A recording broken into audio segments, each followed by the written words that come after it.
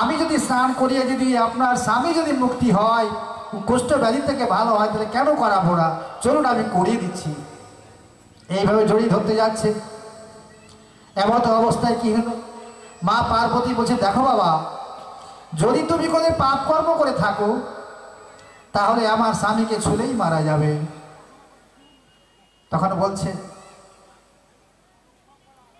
পাপ পাপ বস্তুটা কি আমি তো নিজেই জানি না। পাপ কাকে বলে? আমি কখন পাপ করলাম?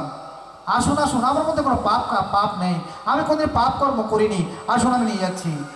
যেমনি জড়িয়ে ধরেছেন, যেমনি জড়িয়ে ধরেছেন, এমত অবস্থায় দেবাদিদেব মহাদেব স্বরূপ ধারণ করলেন, মা পার্বতী স্বরূপ ধারণ করলেন। এবার স্বরূপ ধারণ করে কৈলাস পর্বতে চলে যাচ্ছেন। হর শিব শঙ্কর গৌরীশম বন্দে গঙ্গাধর নিশাম। হর শিব শঙ্কর গৌরীশম বন্দে গঙ্গাধর নিশাম। রুদ্রং পশুপতি দেশানাং কলয়ে কাশীপুরীনাথম। হর শিব শঙ্কর গৌরীশং বন্দে গঙ্গাধর নিশাম।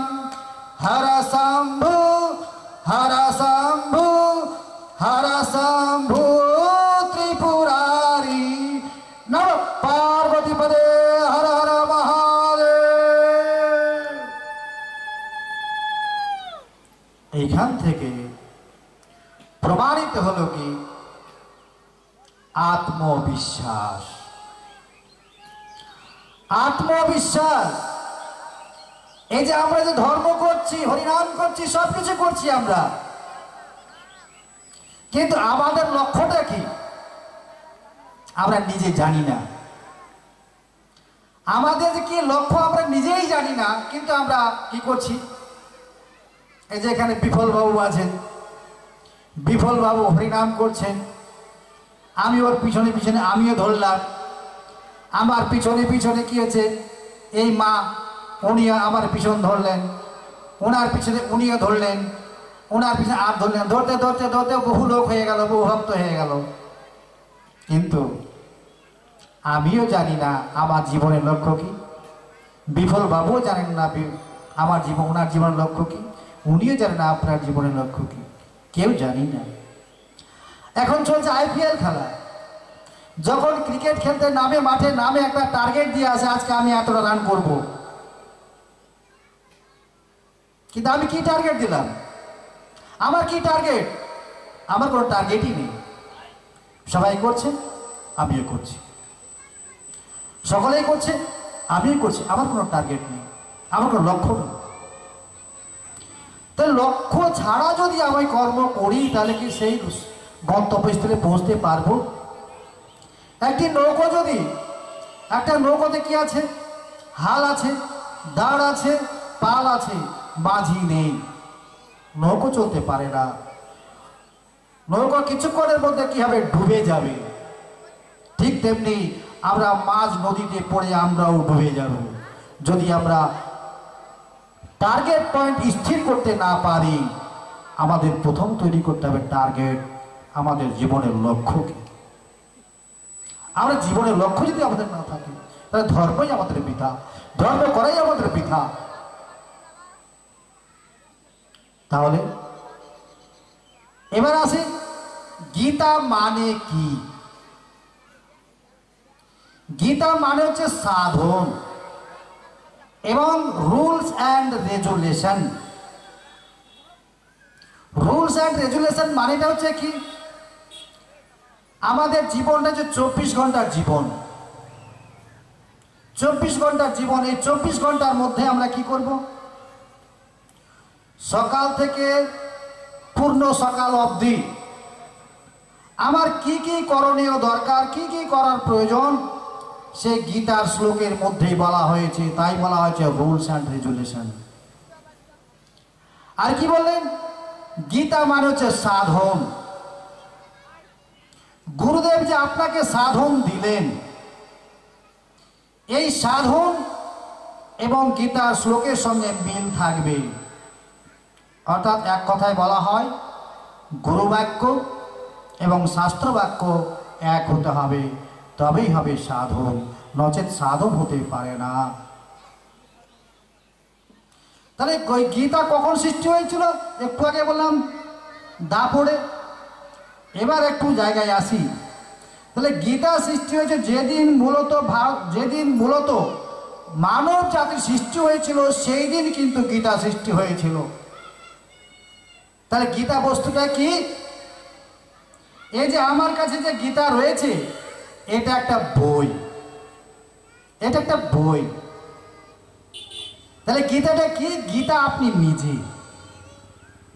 745 খানা শ্লোক কিন্তু এখানে রয়েছে, আর আপনার মধ্যে রয়েছে 745 খানা শ্লোক। আপনার মধ্যে রয়েছে 18,000 শ্লোক, শ্রীমদ্ ভাগবতের 18,000 শ্লোক।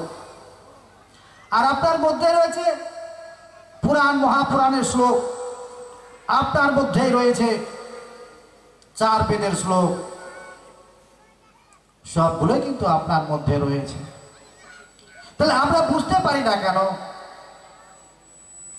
যেমন দেখবেন একটা হরিণ, হরিণের নাভিতে কস্তুরী থাকে, তো কস্তুরী এত সুগন্ধি যে হরিণ কি করে এই প্রান্ত থেকে ও প্রান্ত ছুটে বেড়াচ্ছে, কিন্তু কস্তুরী খুঁজে পাচ্ছে না। কেন পাচ্ছে না? উনি নিজেই জানেন না, হরিণ নিজেই জানে না যে আমার নাভিতে কস্তুরী আছে। ঠিক তেমনি আমার মধ্যে যে 745 খানা শ্লোক আছে, আমি নিজেই জানি না, যার জন্য কি হচ্ছে যে আমরা এ প্রান্ত থেকে ও প্রান্ত ছুটে বেড়াচ্ছি, হা কৃষ্ণ বলে কেঁদে বেড়াচ্ছি। কৃষ্ণ শুনতে পাবে? পাবে না।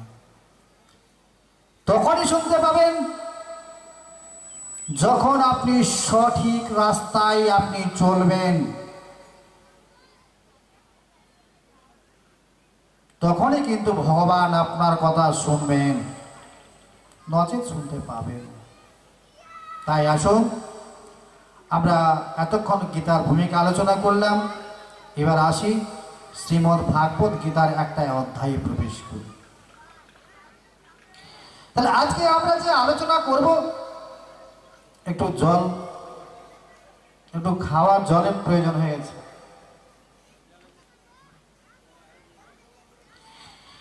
কি হচ্ছে যে আজকে আমরা একটা অধ্যায়ে প্রবেশ করব, সেই এই গীতার মধ্যে 18টি অধ্যায় রয়েছে। তা আজকে আলোচনা হবে 6ষ্ঠ অধ্যায়, ধ্যান যোগ। তাহলে ধ্যানটাই কি? ধ্যানটাই বা কি? গীতাই বলছেন যে যতগুলো কর্ম রয়েছে, তার মধ্যে সর্বশ্রেষ্ঠ কর্ম হচ্ছে ধ্যান। ভগবান শ্রীকৃষ্ণ অর্জুনকে বোঝালেন, হে অর্জুন, তুমি যোগী হও। সর্বশেষ কথা বোঝালেন, তুমি যোগী হও। যোগ মানে হচ্ছে ধ্যান, আর ধ্যান মানে হচ্ছে সাধন। তা আজকে আলোচনা হবে ধ্যান। যে সহস্র অর্থাৎ হাজার হাজার কর্মের ঊর্ধ্বে রয়েছে ধ্যান যোগ। ধ্যানের উপরে আর কোনো কর্ম নেই। কিরকম? এই যে একটা উপাসনা বলে একটা অধ্যায় আছে, উপাসনা অধ্যায়। এই উপাসনা অধ্যায়ে কর্মটাকে 2 ভাগে ভাগ করেছে। একটা হচ্ছে বহিরঙ্গ কর্ম, আর একটা হচ্ছে অন্তরঙ্গ বা অনন্ত কর্ম। তো বহিরঙ্গ কর্ম কোনটি? বহিরঙ্গ কর্মটা হচ্ছে এটাই যে আমরা হরিনাম করছি, রাস্তায় খোল করতাল বাঁচিয়ে নিচে নিচে হরিনাম করছি। এই যে নাচার কথাটা চলে আসলো, এই যে আমরা হরিনাম করছি, নাচছি তো, নৃত্য করছি তো, কিন্তু গীতায় এই কথা বলেন নাই। গীতায় কি বললেন? গীতায় বললেন সেটা হচ্ছে গুণত্রয় বিভাগ যোগ। গুণত্রয় বিভাগ যোগে বললেন নিত্য, আলিঙ্গন, চুম্বন। দেখবেন অনেক বৈষ্ণব আছেন, এক বৈষ্ণব আর এক বৈষ্ণবকে চুম্বন দেন। আর কি বললেন? এক বৈষ্ণব আর এক বৈষ্ণব